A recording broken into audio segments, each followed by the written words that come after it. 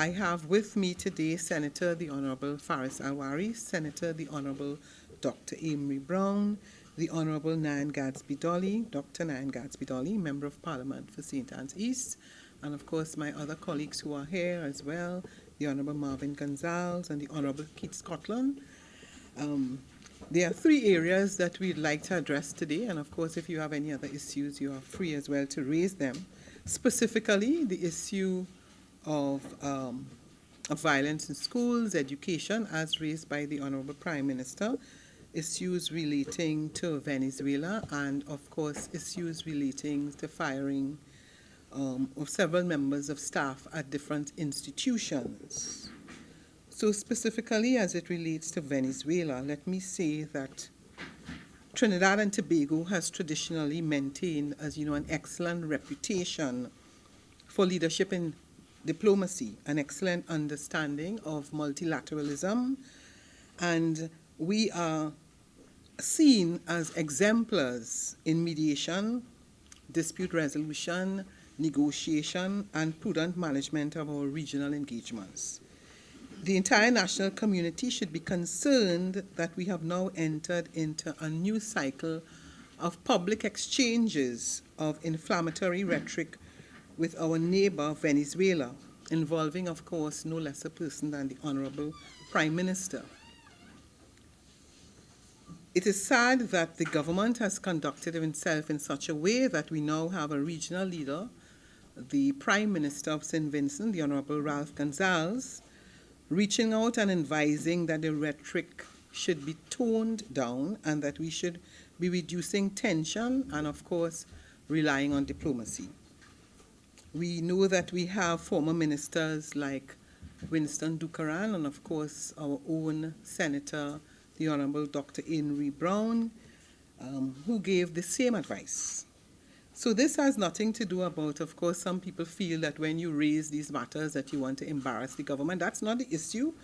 The issue, it is about prudence and, of course, responsibility. I think it is fair to say that 1 week has passed and we have not, subject to correction, heard anything from the Ministry of Foreign and CARICOM Affairs. And why has over 1 week passed without the ambassador of Venezuela being brought in for direct exchanges of information and collaboration to understand what exactly has transpired? I mean, we have heard the comments from President Maduro that a Trinidadian and Tobagonian has been arrested in relation to matters related to terrorism. But the truth is, it is not all that difficult in a diplomatic sense to simply ask for clarification, ask for particulars. I mean, we have an embassy in Venezuela, and of course, as I said, you have an ambassador from Venezuela here in Trinidad and Tobago. So the question arises, of course, as to whether we have dispatched any diplomatic notes. Why have we not briefed CARICOM and explained our position and solicited support, if required, by our CARICOM colleagues? As a responsible opposition, we will continue to raise our voices when necessary, with prudence, with patriotism, and with a clear understanding of Trinidad and Tobago's strong reputation as a leader in diplomacy. I hope that the government would use this week to do far better in this matter than they have done for the last week.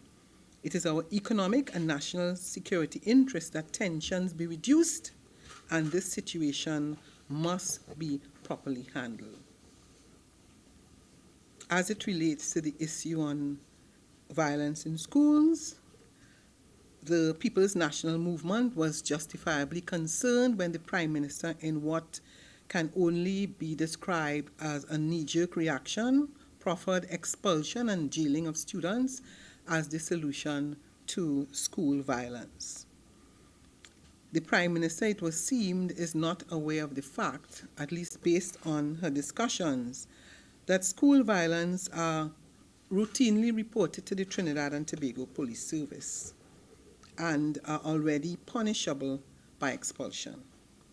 School violence is an intractable problem in Trinidad and Tobago, And it has been labeled as a crisis since 1988, which is almost some 40 years ago. TNT recorded its first only student murder at a school, a tragedy no one wants to see repeated. It is clear that violent students must either be rehabilitated or removed from the school system. In terms of rehabilitation, we know that between the period 2022 and 2025, positive trends in school violence reduction were observed through measures put in place in terms of the Ministry of Education, at that time the Honorable Minister of Education, the Honorable Nyan Gadsby Dolly, and of course through policies and programs at that time from the Ministry of Education. The multi-pronged approach was a work in progress and was focused on schools with the highest levels of violence. Where rehabilitation efforts failed or infractions committed was too serious, of course we know very well that students faced expulsion. Where a partnership with CERVAL was established to absorb the expelled students or those at risk of expulsion, so they would have a chance, of course, at reform, what we would say in a different environment. The Ministry of Youth Development and National Service also had a role to play, as the rebuilding of youth camps was at an advanced stage. The ministry was also working, as we know, to expand MyLAT and MyPart, and of course taking the decision to include girls in those programs.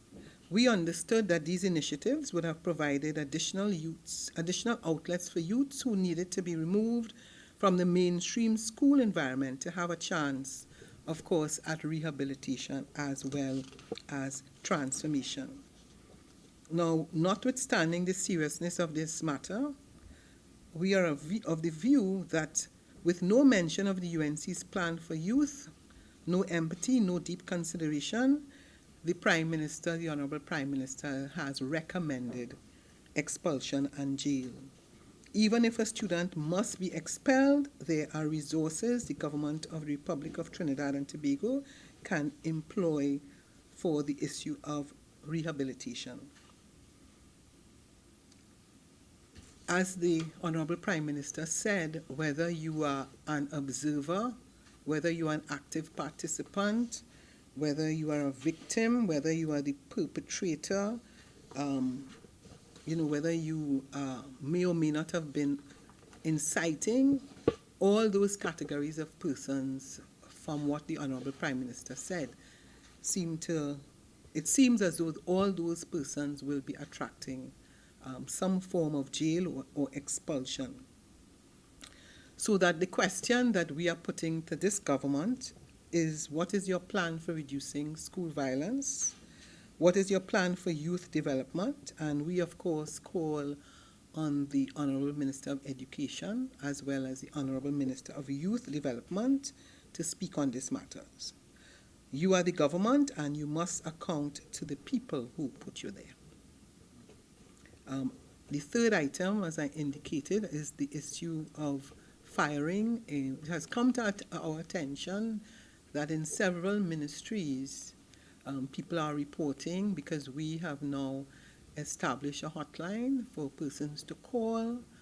So we are getting information that is important to us as it relates to those decisions, because we know in the public domain that the mantra of the UNC has been, when the UNC wins, everybody wins. And we have had information coming to our attention from several quarters where a number of persons have been fired, and of course beginning to panic that this may very well be the practice of the United National Congress.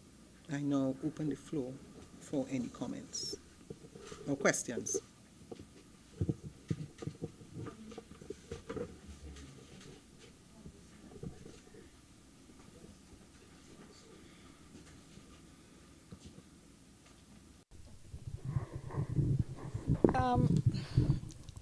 I'm going to sort of introduce an associated topic, which is the issue of the signing of contracts which was raised by both Barry Padarat and Minister Hussain, signing of contracts within a 2-week period, and some actually on the day of the election, in both CPEP and in the reforestation program. The PNM has not addressed that specific charge. And, well, I asked the question because I know that in the past, the PNM has made a lot of noise about, changes done close to the election. For example, with the Point Fortin contract, clauses were taken out just the weeks before, and the EMBD contracts being signed and money being dispensed just on the eve of the election. So if I could get an answer to that. So specifically as it relates to CPEP and of course reforestation, we do have the former minister that was responsible for local government, and for both those issues relating to CPEP and reforestation. So I'll invite Senator the Honorable Faris Alwari to respond. Thank you very much. Good morning, everyone, ladies and gentlemen of the media, Leader of the Opposition. Thank you for your question, Ria. So let's get down to some facts and then some distinguishing features between those things that you raised in comparison versus what we're dealing with today. You will note that I put out a press release entitled Mass Firings. That is a release which touched the issue. The Leader of the Opposition has just informed of a more granular level of firings, dismissals, and I'll add non-contract renewals. So I'll come to that in just a moment, just putting it on the table for now. Specifically, I've had the opportunity to revisit the statements made by the Leader of the Opposition, Minister Padarat, and Minister Hussain. I note that the Leader of the Opposition started off by labeling me in quite a derogatory fashion as the 1%. Sorry, the Prime Minister, previous Leader of the Opposition. It takes a little while to get used to the change, but I confess that I am now guided. The Prime Minister labeled me as the promoter and personification of 1%. I'd like to publicly ask the Prime Minister, what does that mean? Is it in reference to race? Is it in reference to where you come from? Because if it is in reference to economic interest, then I dare say the Honorable Prime Minister should look very close to home, beginning across the platform. I think it unfortunate and distasteful to constantly refer to people in derogatory terms. I'll just say that for now. On the issue of the mass firings press release that we put out, I can confirm as follows. Ministers Padarat and Hussain alleged that contractors at RDC were taking home $45,000 a month. CPEP, there was reference to similar figures. That's not true. At CPEP, the monthly contractor fee, I've double-checked, is $22,000, and that is $21,000 specifically at CPEP. And at the RDC in particular, allow me to give you that correct figure as well. The entire figure for the contractor at RDC is a whopping $4,581.60. So let's start off with the statements made at how exaggerated they are. The RDC forestry program employs approximately 4,700 workers. The vast majority of those workers, a foreman, for instance, tool operator, rehabilitation assistant. A rehabilitation assistant earns $120 a day. Tool operator, $146 a day. A foreman, $165 a day. So amongst the 80 established and then 64 temporary contractors, you're looking at the thousands of persons earning close to minimum wage, just above minimum wage, $120 per day. At CPEP, just for the record, a laborer earns $135 a day. An operator, $145.20 a day. A foreman, $165 a day. There are over 10,700 workers at CPEP and 4,700 workers at forestry. We are informed that the review of these entities, that is forestry and CPEP, is underway. And that review meets with the statements of Minister Padarat. Minister Padarat said that I was taking front, those were his exact words, before the issue of mass firings came forward. Therefore, in my humble view, I interpreted that as a confirmation of mass firings. What has happened so far, as the leader of the opposition has put forward, is that there is a fear amongst thousands of persons that they will be out of employment. If you tie that back to the Honorable Prime Minister's statements of being 1%, well, endorsing and encouraging that people that earn $120 a day are safe from firing is certainly a label that one is worthy of carrying to protect the most vulnerable. I can tell you further that my inquiries have confirmed that the issue of the extension of contracts, that is the period of contracts, is a matter squarely for the boards of directors of those companies.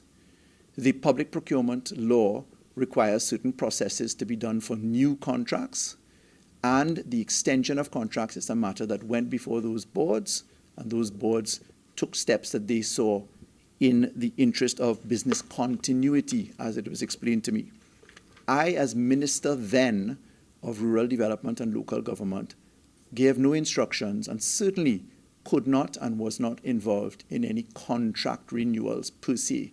A minister under the law does not extend into those things. A minister's purview for contracts is when a ministry employee, a note is brought forward with respect to the process of interview and hirings, etc. And then after the board that is comprised to do the assessment brings forward, that's when a minister hires somebody, not at a state enterprise, such as CPEP or the Rural Development Company, the Forestry Division. I think it important to also note that the issue of renewals concerned me in terms of inconsistency. I did a simple double check of data on the internet. I note, for instance, that there was a Renuka Singh article of June 3rd, 2016, no contract giveaway. The former line minister in charge of CPEP has denied any wrongdoing in granting of contracts in the days just before September 2015 general election. I can confirm then, if you recall, the election was on the 7th of September. Up to 107 contracts were issued up to the 2nd of September. Stick a pin. The comparison to the variation of liability clauses in the OAS Constructura package was the giveaway of holding a company's bond for insolvency or bankruptcy or winding up mechanisms to the tune of $1 billion. That does not equate to the continuity of business purposes and contracts. All contracts have mechanisms for termination. All contracts have mechanisms for review. Our information is that the government intends to review these things en masse. And the fear that workers have, the thousands of workers have, is that they will just simply be put out of jobs, either by way of reduction of the number of teams that contractors manage, or by way of a cancellation of the program entirely and then a reboot and a reset. Whilst I'm at that, I can also confirm that the government appears to have taken an approach, especially with respect to COVID-19 workers at the RHAs. One RHA alone, 700 workers. Another RHA, 900 workers, to simply not renew persons into their contracts. So the issue of firings is enlarged by non-contract renewals. And therefore, the opposition puts the population on notice that thousands of persons, particularly across the lowest paid echelons of CPEP, forestry, and now, if you look to the RHAs, where the direction has been given that there are to be no renewal of contracts for first-time contractors in particular. These are people who are employed, I'm speaking about contract of services and for services, are to be given without direct involvement of the Ministry of Health. And therefore, the message that has come to the opposition by many whistleblowers who are mortally afraid to speak publicly lest they are dealt with by the butchering hand of people is that they are worried about where their next dollar is coming from.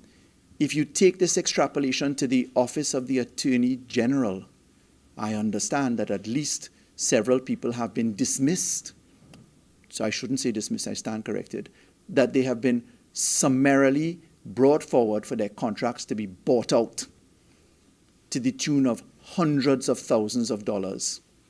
So instead of taking persons and putting them into another area of the Office of the Attorney General, they have been brought forward, told, pack your bags immediately, escorted out by security downstairs, and told, we'll get back to you on the purchase of your contracts. Let me give you an actual example. There is a senator named Brian Baig. He is one person on the entire Senate bench of the government that does not have a portfolio. Every single person in the Senate there has a portfolio. Senator Baig was employed at the Office of the Attorney General when I was appointed as Attorney General. He was on the AG's floor. Senator Baig continued to work for the Office of the Attorney General uninterrupted for years after I became Attorney General. He moved and he worked in the Intellectual Property Office. There was no firing of Senator Baig for his politics. He appeared in the Senate from time to time. The only time I had an interaction with Senator Baig as to his job was when I saw him in the Senate sitting in the public gallery one day in the middle of working hours. And I said to him, Brian, most respectfully, you have a job. If you're sitting in the Senate, I can understand if there's something that you have to be in attendance for, but a mere visitor to the public gallery does not warrant your attendance. Please find balance. I am telling you about the example that I led. None of the persons that I inherited at the Office of the Attorney General were sent home. My personal secretary when I became Attorney General was the personal secretary of former Attorney General Anand Ramlogan. So you take the Office of the Attorney General, you take the regional health authorities. I can confirm 80 people in a particular regional health authority have already been sent into the void of no employment by non-renewal of their contracts. I can confirm that COVID workers across 2 other RHAs are in jeopardy of non-renewal. I can confirm that CPEP, forestry, are also in view of fear and panic as to where their next steps come from, and therefore we're marking the spot as we did from very early in our occasion to call upon the government to ensure that there is fairness and responsibility and that people who have political affiliations ought not to be so labeled just because they received a contract at the time a government was in contract period. I mean, we occupied as a government nearly 10 years of office. It surely cannot be that everybody that was hired for the 10 years that we were in office are labeled as PNM and must be sent home and escorted with police down to the door. There ought to be a degree of fairness and transparency in the process. And as more information comes forward, we'll be taking this to the public for. I thank the Leader of the Opposition in particular for raising the issue of the establishment of a hotline for people to call and contact us as to firings, as to constructive dismissals, threats of firings, and as to non-renewal of contracts. Okay, yeah, as I have you there, as a former Attorney General, because you would probably have been involved in some of this. Most recently, we saw the Naikwan judgment. And issues like these have come up right through the PNM's term, where freedom of information requests are denied. It goes to the court, and the court finds the government wanting, well, the then PNM government in terms of failure to disclose information. It has happened so often that the government prefers to pay, the then PNM government preferred to pay legal fees to prevent the disclosure of information, goes to court, gets slapped down, has to disclose the information, how many hundreds of thousands of dollars later. And on Sunday, we saw Anand Ramlugan name a couple of, these are his cases, in WASA, in the NWRHA, Daryl Smith, and so on. What is your position on that? Because that has been a recurrent feature over the last 10 years. Thank you very much for the question. I couldn't speak to the NIQUAN issue directly because I didn't manage it, nor was I involved in it. I have noticed that former Minister of Energy Young spoke to the issue, and I would imagine that he would have better particulars on that. To the general issue of freedom of information, however, you will recall that as Attorney General, I brought forward a process to review the Freedom of Information Act, which was rejected at the Parliament. There was quite a lot of noise by the media in particular to the harmonization for any denial of requests to first come to the Attorney General's office so that the Attorney General could review those objections. And if there was an objection, to then take a step to say, well, look, we'll grant it or not grant it. For myself as Attorney General, for instance, the issue of legal fees, I made a public statement in the Parliament, laid all of the legal fees paid to every single human being at the time that was employed under my hand as Attorney General. So I don't think it's fair to say that the issue under the PNM has just been that, because I am intimately aware of many freedom of information requests that were filed under former governments, including the now sitting government when it was in government. So the issue of freedom of information is one that has to be balanced. I want to remind that the non-disclosure of information at times also concerns whether there may be a prejudice to other aspects of law that are ongoing, criminal investigation, civil investigation. I'm not speaking to the NIQUAN issue in general, but you'll recall that some of those issues, one case in point, the non-disclosure of the CLICO Commission of Inquiry report. It was the Honorable DPP himself that wrote Prime Minister Rowley then to say that under no circumstances should that report be made public because of imminent or contemplated criminal investigation. So there are other aspects to that. On NIQUAN, I think that we can refer those questions to the Minister of Energy, the former Minister of Energy, Minister Young. Yeah, I understand the NIQUAN thing maybe may have fallen under Minister Young. But no, my point was just the general position. I mean, as recently as we've had, for example, the report with respect to the fire that took the life of Lisa Morris, that was not released, even though there was a promise. The TSTT report on the, what do you call it again? The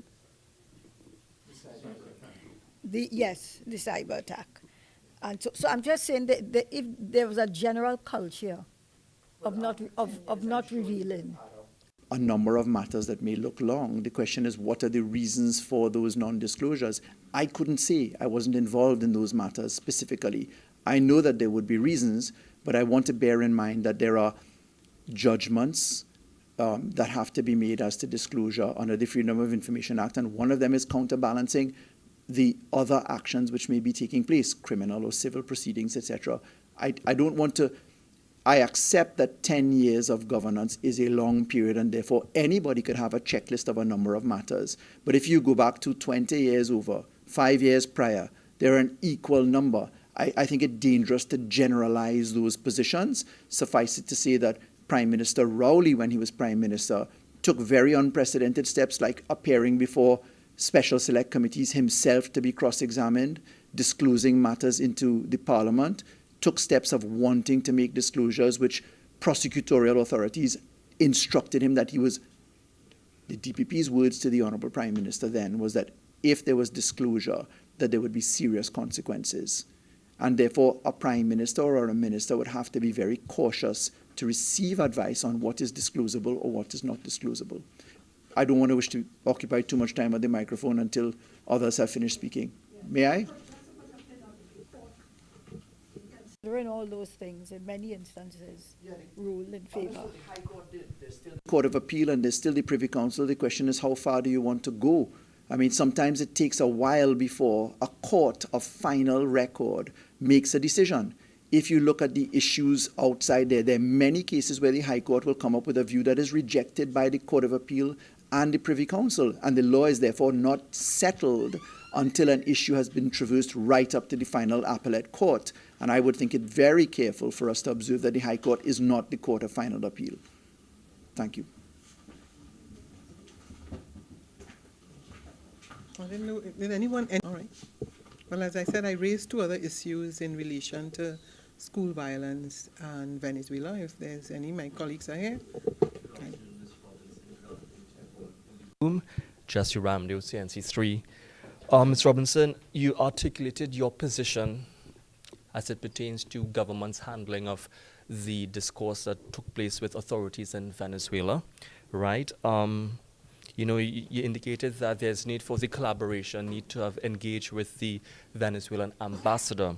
What is your position on the Prime Minister's posture? I mean, the warning, as you were in context, the warning came as a result of what officials in Venezuela had put out into their domain as it pertained to this national and, you know, perhaps coming into our territory. What is your position on her posture warning warning Venezuelan authorities? I know language, the use of deadly force and that kind of thing was bandied about, but her posture, the warning, what do you think it was warranted and necessary? And what would be your handling? How would you have handled the situation in its entirety? Okay, so as I said, and I mean, I know that Minister Brown, well, former Minister of CARICOM and Affairs will answer. But the point is this, I mean, here it is, you have a sitting Prime Minister of CARICOM saying tone down. I mean, as a matter of fact, there is also an article in a French newspapers, right, that is giving the impression that tensions have risen between Venezuela and Trinidad and Tobago. No, it's all a question of the geopolitics, right? Because if it is that President Maduro made this statement, I mean, the point is that we know about international relations. We know that there is a reason why you have embassies in countries. There's a reason why you have an ambassador here. So that normally, I mean, I've been at the United Nations for quite a long time, and you know, former Minister Brown was also in Brazil. Yes, and it is not that you may not have these things from time to time, but what it allows you to do is to use the established diplomatic relations. And that's why you have a Ministry of Foreign and CARICOM Affairs. That's why you have an embassy in Caracas. So you have the ability to send diplomatic notes. You have the ability to seek out your sitting personnel there who is there specifically for that purpose. And more importantly, when you have diplomatic relations, I mean, we don't have diplomatic relations with every country, but the fact is you do have diplomatic relations with Venezuela. You do have an ambassador here from Venezuela. So that if you want to find out information, that's why you set up the Ministry of CARICOM and Foreign Affairs. And the truth is we haven't really heard, so I mean, any one of us will be concerned if you hear that kind of statement from President Maduro. So how do you ensure that when you have a country that's just a couple miles away, you have a lot of migrants here in Trinidad and Tobago, you know the issue that is being discussed in the public domain, whether it's the gas, and you know that traditionally we have had issues, fishing, we from time to time, you have issues that have come up, smuggling, and all those things, so that you want to ensure that whatever you do, and you send it, and the message and the tone is not only for Trinidad and Tobago, you know, because everybody's looking on for quite a while as to what has been going on in Venezuela. Minister Brown? Sure. Also, do you think that the UNC's hostile posturing vis-a-vis Venezuela when they were in opposition, vis-a-vis the Maduro government in particular, for example, yes, exactly, excellent example, right, the fact that they took a position, right.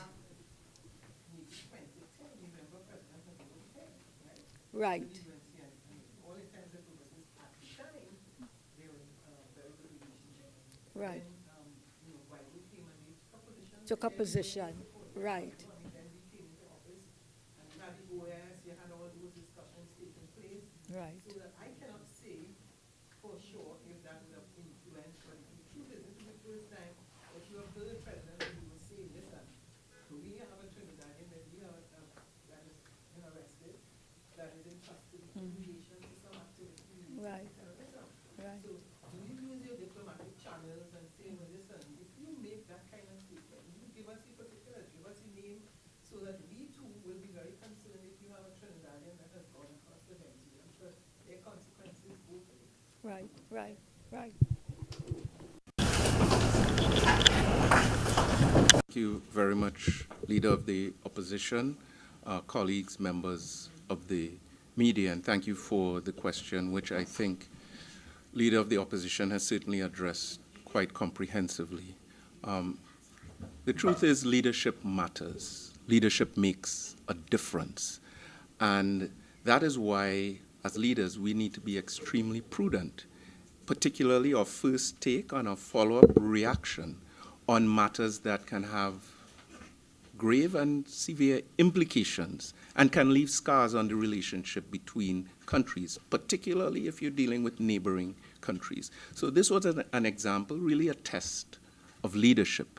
And as the opposition leader has expressed, it is our hope as a responsible opposition that this week will see a different tone, a different reaction, a different response, a different direction, where the government of Trinidad and Tobago will deploy a more responsible reaction, will deploy the available services of our foreign service officers, the Ministry of Foreign and CARICOM Affairs, will instruct the relevant authorities in Trinidad and Tobago to make the appropriate contacts with counterparts in Caracas and bring this matter out of the realm of rhetoric and tension and into the realm of diplomacy, resolution, and productivity. That's all that we are asking. We're not seeking to embarrass the country or take sides against the country. We're taking sides with the country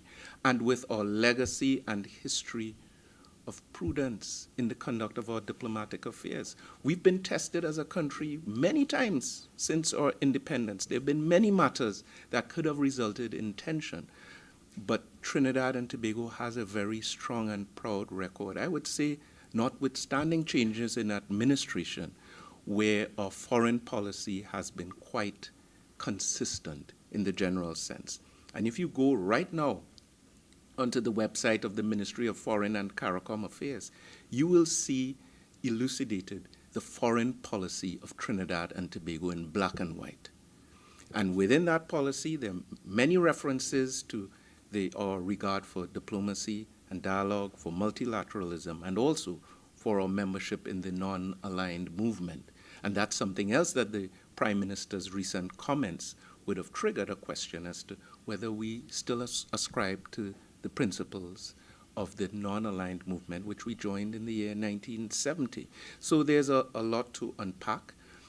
Bear in mind that nationals of Trinidad and Tobago have been arrested, and there have been claims of involvement of our nationals in criminal incidents in other countries, including within CARICOM. I could name some of the islands, and we would have gotten those reports over the years. What would our reaction, a responsible reaction, have been? I can tell you in each and every instance, it would have involved the deployment of appropriate diplomacy, where the Minister of Foreign and CARICOM Affairs at the time would have reached out to his counterpart in St. Lucia, in Antigua, in Grenada, wherever else these matters would arise. When I was ambassador in Brazil, there were a number of nationals of Trinidad and Tobago for various reasons who would have fallen afoul of the law in Brazil, whether in actuality or whether there was an allegation or a claim. But that's why we have, as the Honorable Leader of the Opposition said, that's why we have a foreign service, to deploy, to gain clarity, to access granular detail, which would then be fed into our domestic system, where a proper check can be made, verification can be established, and very quickly, ideally within a matter of days, what can potentially be a flashpoint can easily be reduced. We can avoid an escalation and avoid disturbing our friends like Ralph Gonsalves and others who've now been drawn into the discourse and have been advising us, advising this nation to take a more prudent course, particularly with our public utterances in the absence of the type of diplomatic exchange that is expected of a responsible nation like Trinidad and Tobago. So that really has been our message, and you'd have seen former Minister of Foreign Affairs Winston Dukaran, who served under Kamla Persad-Bissessar, also saying, cool down, there's a better route in treating with matters like these. You'd have seen David Abdullah, who's no advocate of the People's National Movement at all. He served under Kamla Persad-Bissessar as well, saying there's a better course, there's a different road. So these are some of the concerns. This is the advice that we have offered. It is my anticipation, in accordance with what has already been expressed by the Leader of the Opposition, that this week will be crucial in determining what direction we go in. And you even saw President Maduro himself in his latest missive basically advocating for a more diplomatic resolution of what really is a matter that can arise in the future. This can arise again, where another state can make an observation or claim that someone has entered their country. And just to be very specific, because I did the checks myself, what President Maduro said was that foreigners had entered Venezuela or attempted to enter Venezuela, and that they had sought to make that entry from Trinidad and Tobago territory.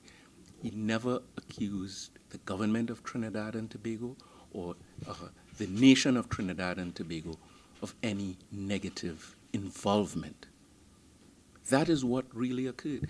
And then the reaction was really disproportionate and not conducive to, not in keeping with the legacy of this nation. So those are comments, and if there are any further questions, yes. Would have emphasized the importance of this week being necessary for timely conversations and dialogue. But this week we've already had, based on this document here, we've seen the Defense Minister and the Homeland Security Minister both meeting with the Charge d'Affaires of the U.S., Ms. Jennifer Niebert, to discuss issues surrounding national security and public safety. It comes, of course, on the eve of what took place last week. While the conversation could be very much par for the course, do you find the timing a bit odd? And is there perhaps a concern when it comes to balance? We're seeing a lot of dialogue with U.S. officials, U.S. authorities, not that much dialogue with our neighbors in Venezuela. Do you find that lack of balance perhaps a bit concerning in the realm of geopolitics? Balance is important and critical. It's a little bit early to come to any sound or complete conclusion with respect to how this government means to conduct its foreign policy. We've had one negative example over the last week with respect to any meeting that you have purported with the United States of America. That's par for the course for Trinidad and Tobago. The United States is our largest trading partner, and in the regular course of business, there would be regular meetings between officials of our government and those of the U.S., those of the European Union, the Canadians. That describes normal business.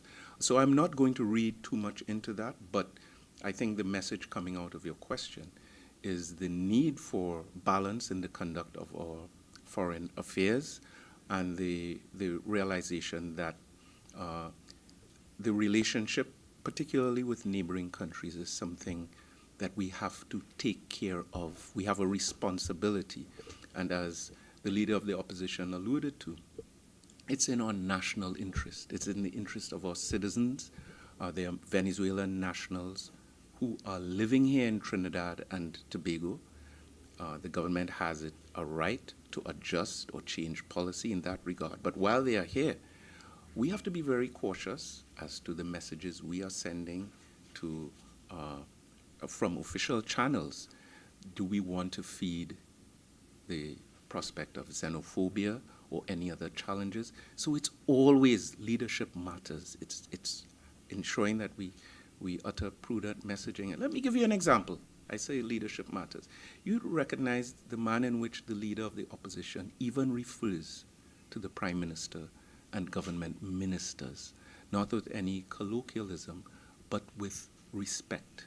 There's a reason for that, and it gives a tone and an ethos of responsibility and respect for office. That hasn't always been the case, certainly from the last opposition, but it's another example of leadership shaping culture and producing results, and that's what we are advocating, even when dealing with other countries. So, thank you very much. Before you leave, do you think the government's silence on this matter since the Prime Minister made her statements is a recognition that it overreacted and that it also caused a measure of public panic? Because if you look on social media, people were saying, oh, we only have how many people here and they have so many and their boats are so much bigger than ours and so on. There's literally a man from Tobago that is saying, take Trinidad, take Trinidad. This is Trinidad's war. We're not involved. Right, yeah. You saw people saying things like that, and they put in a PNM flag on their door, so when they're ready to attack, I mean, you saw all kinds of things. It became quite a topic of discussion. It became both a topic of humor, because that's how we handle things. Right. But behind that, there is a The lot fear, of concern. fear and panic. Because we, Yes. Right. Because You saw a lot of that discussion, the fear and the humor of what happens if Venezuela attacks us with 28 million people and we here with 1.3 million, So, and attached to that, do you think this misstep will have impact our relations with Venezuela in the short and medium term?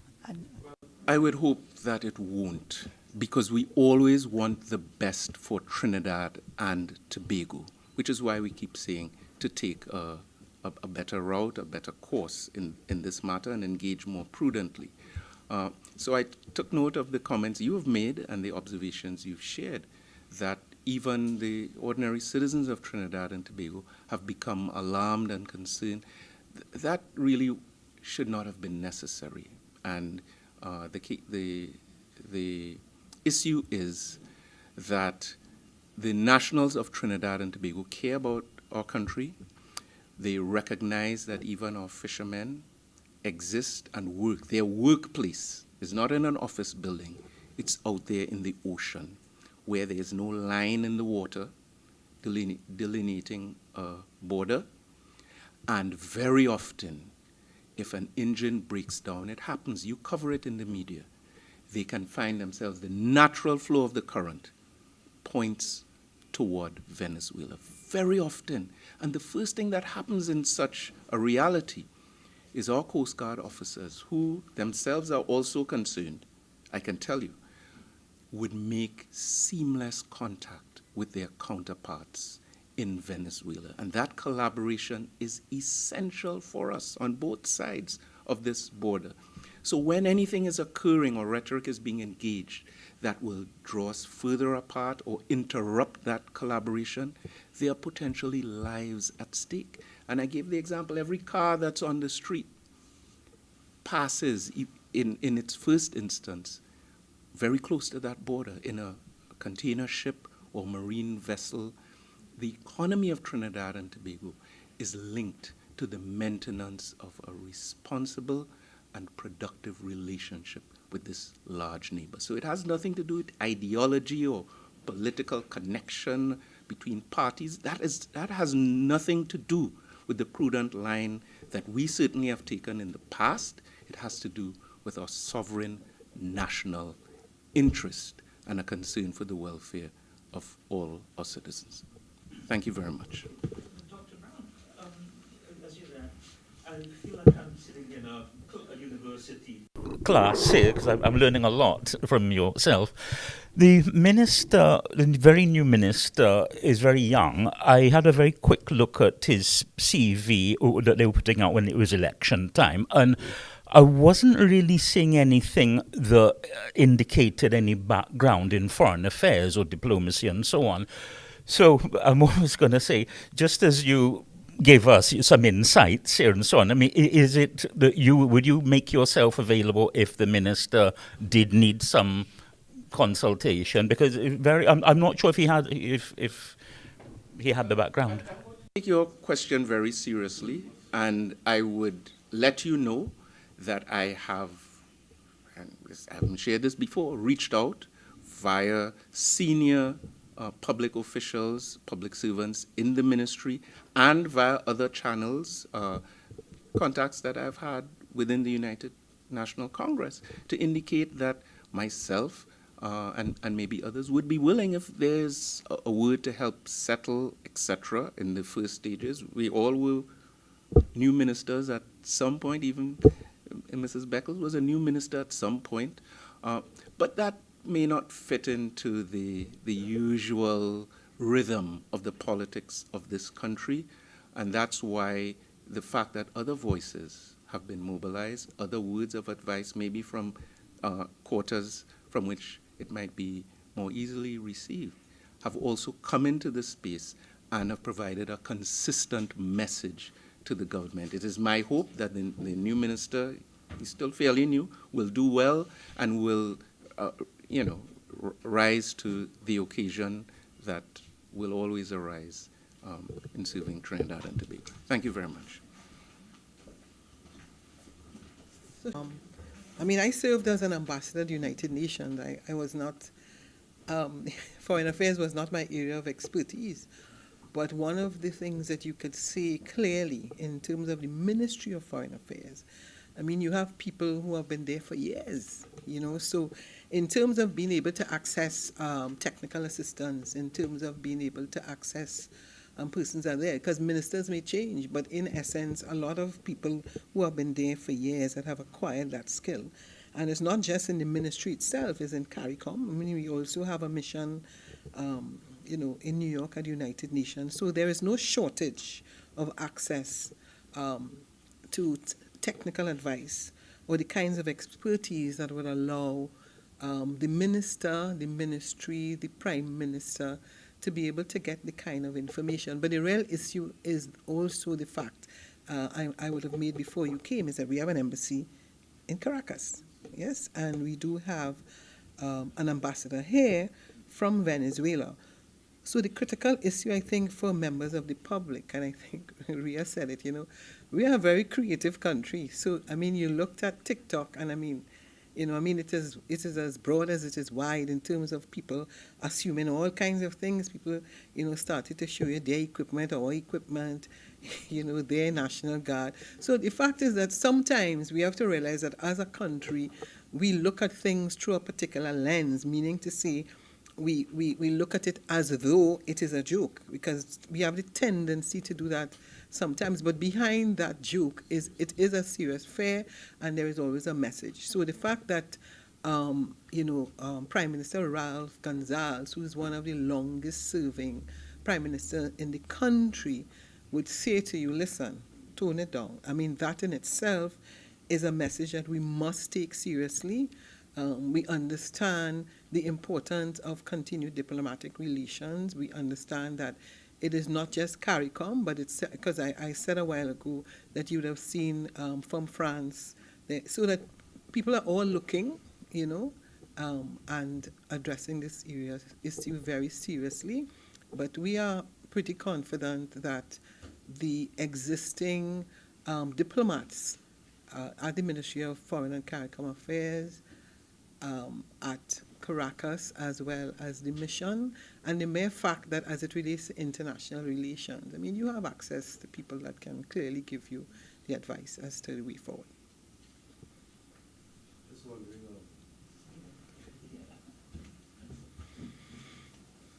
Should this form the attention, the matter of Venezuela, should this be something that should be a matter of debate or discussion in the Parliament of Trinidad and Tobago? As opposition leaders, that's something that should form an urgent question at the very next sitting of Parliament? Definitely, it is something we can raise in terms of a motion on the adjournment. As you know, Parliament, there has only been the ceremonial opening. Next week is the midterm review. So that, I mean, the fact is, if you don't hear anything, I mean, it's been a couple of days, and, you know, people are concerned, both locally and internationally and in the region. And my expectation is that there would be some clarification. Definitely, you don't want to leave a matter like that for people to assume what is taking place, especially if you cannot report to us. Listen, we have an embassy in Caracas. We have asked our people, we have sent a diplomatic note to Caracas, and we have asked the president, please give us some particulars so that we know that it is a matter that is continued to engage the attention of the government of Trinidad and Tobago. What about, let's say, because it seems from the government's position that we are a sovereign state, Trinidad and Tobago that is, and that they have determined there is some threatening language and that they are responding to that threatening language. You said what you said in terms of diplomacy, but one wonders, is it when it comes to matters of state like that, that the government can adopt that position without necessarily a consensus of issues in Parliament, for example? And I raise that because I believe in Guyana, where, and subject to any further clarification, where they have a border issue with Venezuela, there is some sort of consensus with the government and opposition on that matter. Well, of course, they disagree on everything else. So one wonders whether such things need specific things like this, whether there should be consensus, or is it just the right of the government to make that determination? There's a threat and they're responding to that. Yeah, but when you make the determination, you're looking at all the consequences. I mean, the truth is that if you use Guyana and Venezuela as an example, if you recall, I mean, that this has gone to the International Court of Justice, yes? And you also have had CARICOM intervening because you understand the consequences of a situation like that if it is not resolved.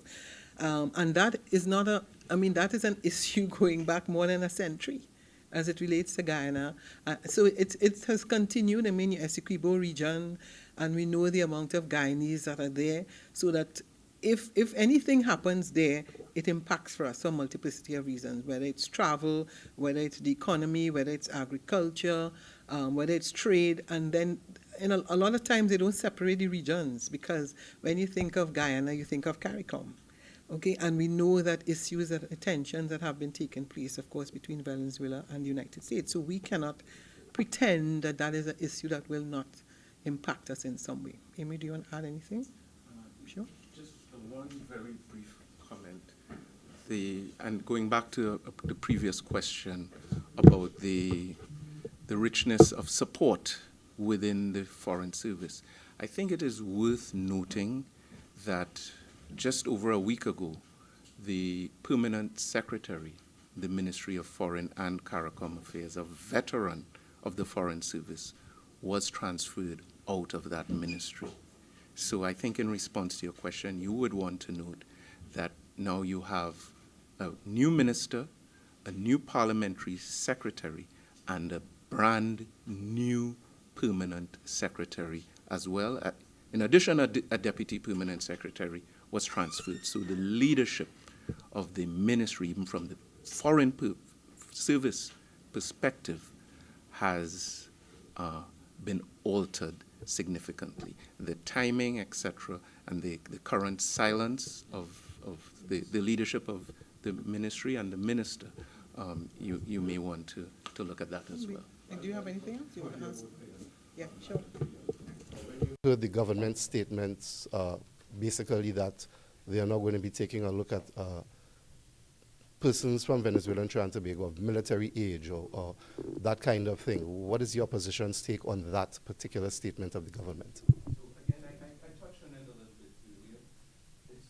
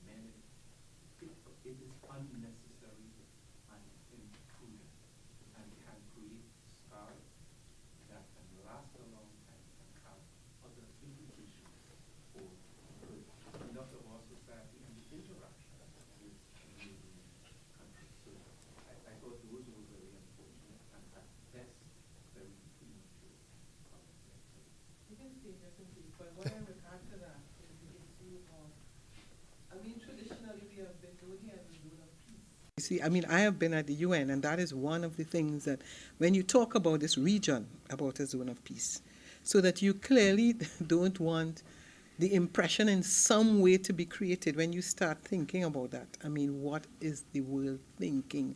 So if the government does not clarify this situation very soon, having made those kinds of comments, it's no wonder people are going and doing the research in Venezuela and comparing equipment, comparing military, the amount of people that are there in the army, and I mean, you really do not want to go down that road.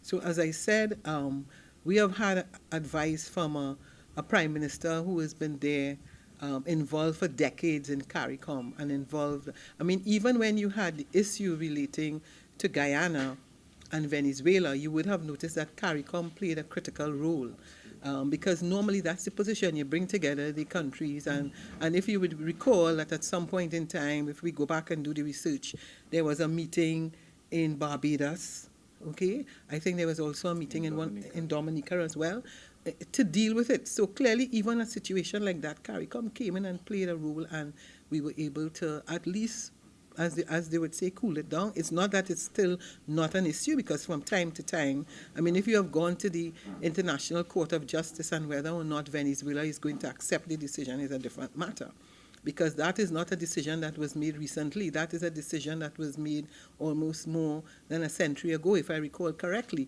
but it has come up again.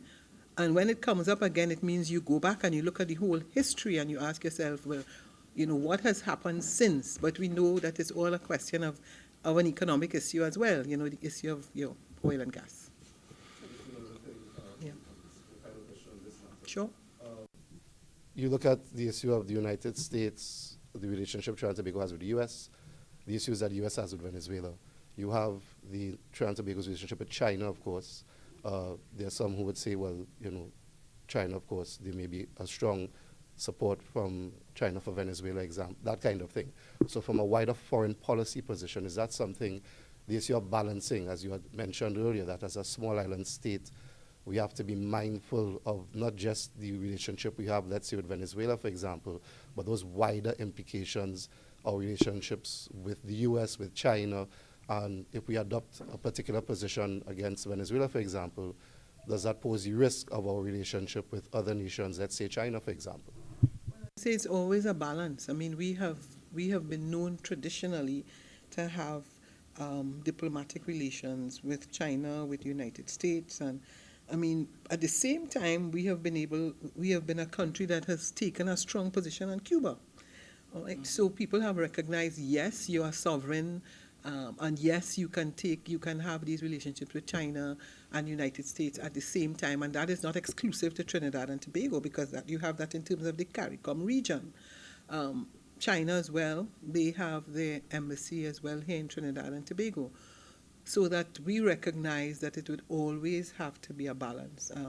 As a small country, we have recognized that larger countries have seen the issue of us having good relations, even as a small country, because of the role we have played traditionally in terms of not just diplomacy, but the fact that America has been is our largest trading partner, but in relation to issues of methanol, and so that, you know, they are one of our largest importers. So we have had to have that relations because of the whole issue of trade. Yeah, sure. And thank you, Leader. And I think it's a very good question. I want to say that Trinidad and Tobago has conducted itself in the past very prudently in these matters. The Leader referred to the Declaration of Argyll and the fact that CARICOM and CELAC came together to try to calm the tension that was peaking between Venezuela and Guyana. And Trinidad and Tobago was in the room, not throwing hot rhetoric on a flashpoint, but being very prudent in the form of former Prime Minister Keith Rowley, and providing advice and crafting and shaping a declaration with mechanisms to reduce tension, not increase them. The other point, final point I'd like to make in terms of implications for the future, Trinidad and Tobago, certainly when we demitted office, was in the preparatory stages of a campaign with great implications for the United Nations Security Council for a non-permanent seat. So when we make statements about whose government we stand with on this issue or that issue, when we are imprudent in the rhetoric we are putting into the regional and global space, that has potential implications for the success and the shape of our campaign, which certainly we, in our vision, was an opportunity to elevate the country, brand Trinidad and Tobago to a higher standard, and lean on our strong reputation for prudence and responsibility in the conduct of our foreign affairs, where we'd now be sitting at that highest level in the United Nations, making decisions and taking actions to increase peace in the world. So that's something to think about as well. Yeah, and just to say that very recently St. Vincent became the smallest country in the world to sit in the Security Council. So I guess you can well advise, you can well think about why maybe Honorable Prime Minister Ralph Gonsalves so it fits to tell us about, tone it down. So if there are any more questions, I'll take about 2 more questions. Sure. As you said, is upcoming. You have a new opposition, you are leading, you have a mix of experience, new persons and so on. What would be the strategy of the opposition as you, for example, one of the things you've been, in the campaign for the election, the PNM had been asking the UNC now in government about the issue of funding, where they're going to get the funding for their plans. The government has said they'll find the money, but would that be one of the key things that you'll be trying to get further clarification from the government in terms of that issue, the budget? I want to give you my strategy. No, but I mean, we have to look at what the government said specifically. As it relates to when UNC, everybody wins. We looked at the issue of the property tax, where they indicated, well, you're going to get a refund on the property tax. And then the Honorable Prime Minister said, no, that's not our policy. We looked at what happened as it relates to Mr. Imbert from time to time in relation to the tax amnesty. You remember every time that came out, it was a big issue. And quietly, I haven't heard much about it in the press. They have extended it to August, right? And so clearly they understood that that was a policy that was needed. They have given no indication as to why they did it. They simply did it because if I recall correctly, I think we may have taken it up to April or May. I'm not sure exactly what they have taken it to August. And of course, the whole issue of revenue, they made this big issue about the month of May and gave the impression that the revenues had dropped substantially. You would have heard Mr. Imbert on the last week, Tuesday, give an explanation. We heard no response from them as it relates to that. We are waiting to see exactly, because we have seen where the prices on oil and gas has dropped. And therefore, we understand that you're going to have a deficit budget. The truth is, it's not going to be the first time, but that was one of the issues that they harped on every time, deficit budget. So let's see what they are going to be telling us now about the shortage in revenue, and exactly what would be their policies to put in place, whether it is diversification and how they are going to deal with the shortfall. So we are waiting very much, because the drop in oil and gas is not something that, you can anticipate, of course, with the war in Ukraine and many other factors, and we understand from time to time the decision that OPEC takes in relation to this matter. But we will await to see exactly. You tell us how you're going to deal with the issue of the drop in oil and gas, the issue of the revenue, and what are your policies and programs now to deal with these multiplicity of areas that they always complain about, whether it is agriculture, whether it's diversification, whether it's the ease of doing business. But I won't give you my strategy just yet. Yes. I know Mr. Imbert is not here, but right. But any thoughts on the criticisms that the Prime Minister has had of the central bank governor, saying that he's refusing to give information about the allocation and distribution of Forex? Any sort of Well, I know it's a matter I discussed with former Minister Inbert, and I know he has a particular view on it. I wouldn't want to say it at this point in time, but next week we would have that matter dealt with. Okay, thank you very much, everyone.